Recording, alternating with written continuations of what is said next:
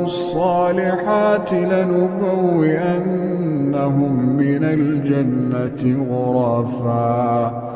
غرفا تجري من تحتها الأنهار خالدين فيها.